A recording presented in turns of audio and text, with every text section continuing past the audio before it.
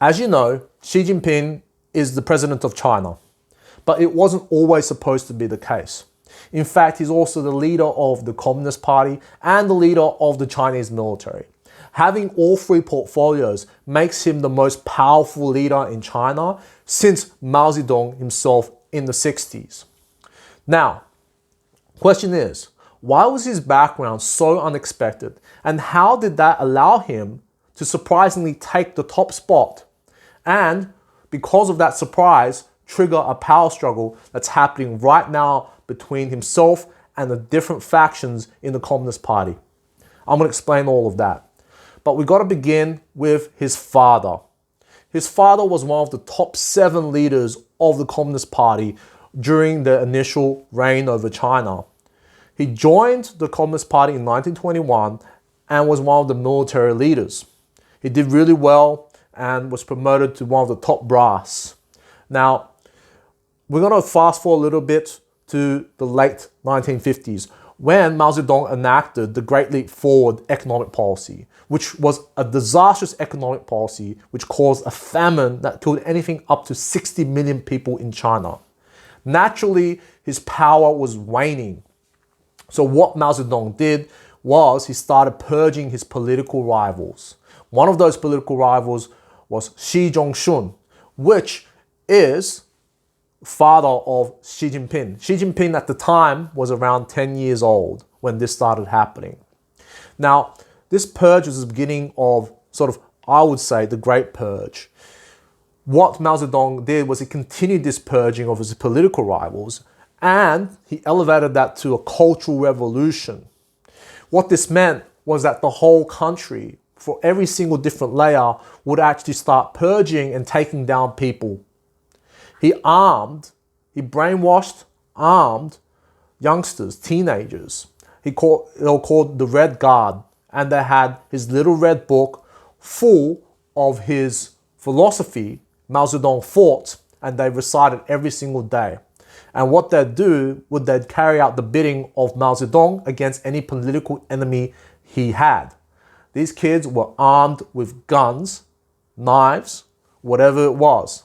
And they themselves, at some point, turned against each other. They created their own factions, and they actually had violent skirmishes. These kids were turning against their parents and their teachers and people in authority. So this period of madness in the 60s, called the Cultural Revolution, lasted to some extent until Mao Zedong's death in 1976 and caused anything up to 20 million deaths during this time. In this time, Xi Jinping was sent to the countryside. He was exiled and he was basically persecuted, looked down upon for years, sent to do manual labor for 6 years in the countryside. Away from family, his family was split up. His sister was committed suicide from the pressure experienced. So you could say that Xi Jinping had a very tough time during this period. It was a period where what we call, in Chinese, anyone that experienced this period was someone who ate bitterness because it was a painful experience. Now, what's remarkable is that what his father did after that, after being jailed from the persecution for 16 years, was his father decided to move on from it, was to put the past grievances aside. So what happened was his father was rehabilitated by the communist government after Mao Zedong's death. He got back his position and became the governor of Guangdong. And Guangdong is the province where Guangzhou is and Shenzhen. And you may know a little bit about Shenzhen. This was the place that was the pilot program for Deng Xiaoping opening up China to the West, to capitalism, to free trade. And Xi Jinping was right in the heart of it, the leader of that province. And I go so far as to say that he was whispering into the ear of Deng Xiaoping to open up China and to become more westernized, more liberal, open to free trade and capitalist, and led to the sort of path of wealth that China has experienced since the 80s. So people remember Xi Jinping very fondly. He's more like a Nelson Mandela figure in China. Now, naturally, people expected Xi Jinping to be just like that. Someone who experienced hardships but had the emotional fortitude to rise above those past grievances and actually do something really productive for the country.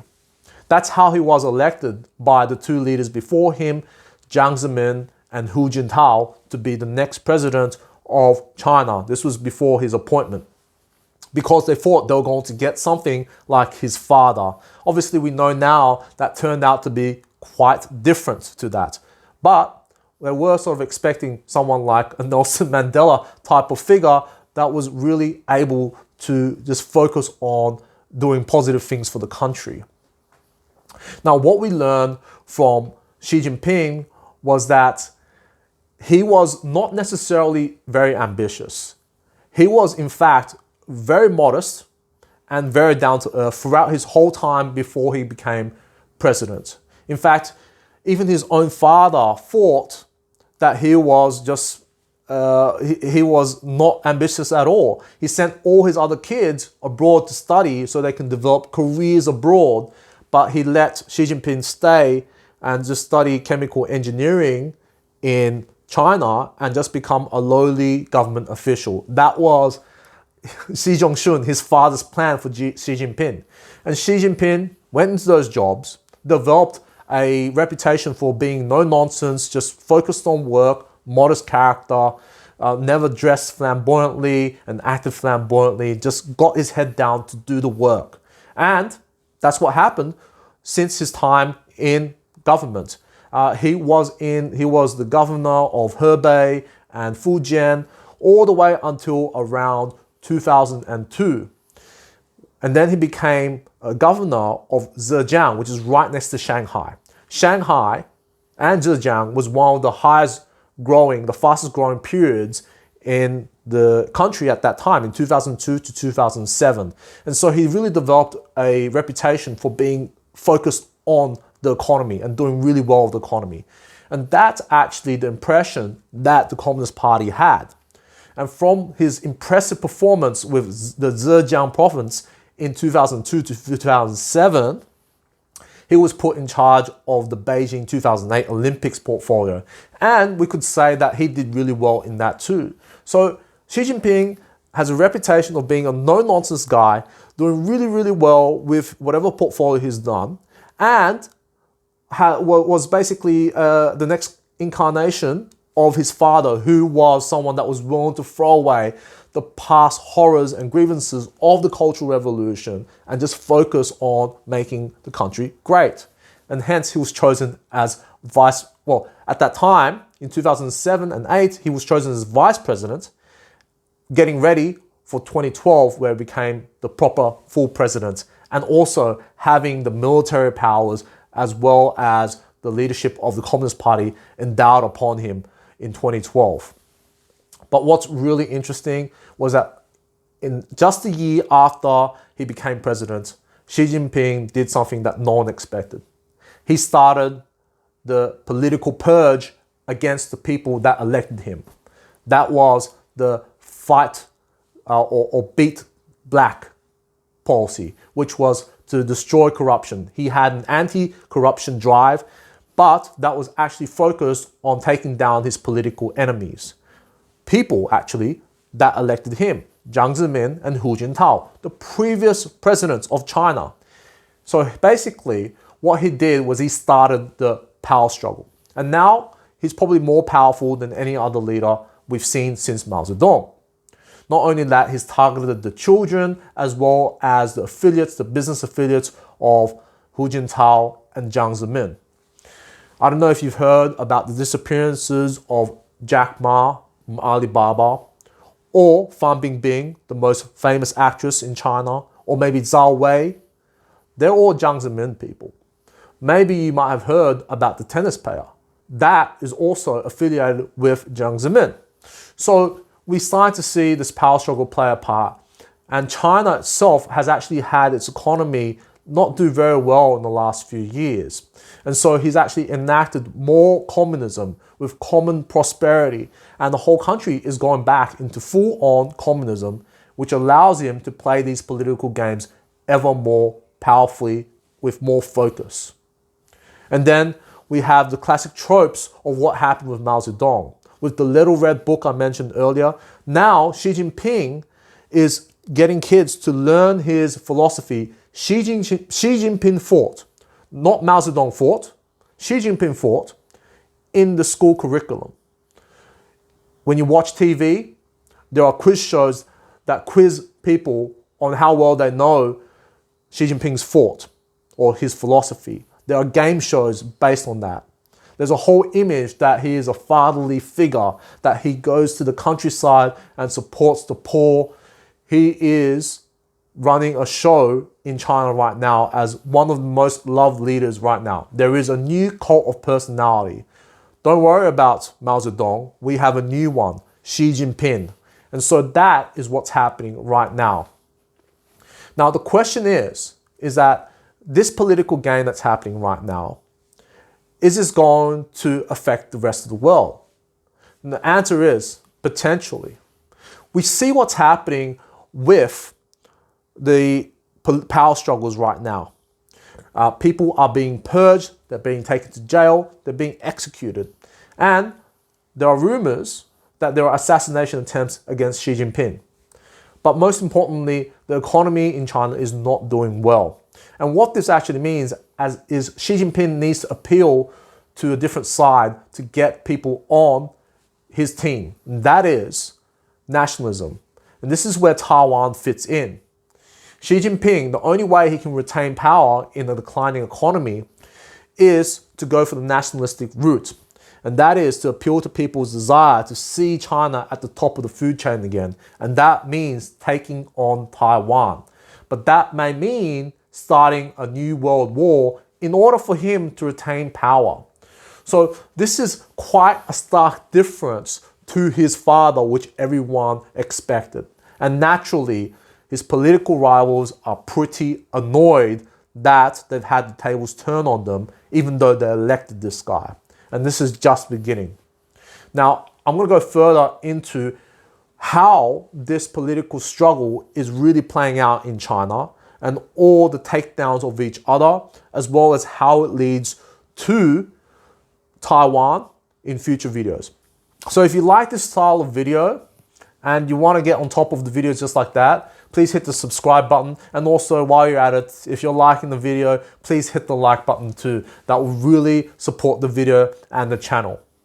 Now, the real question also is, why was Xi Jinping so different to his father?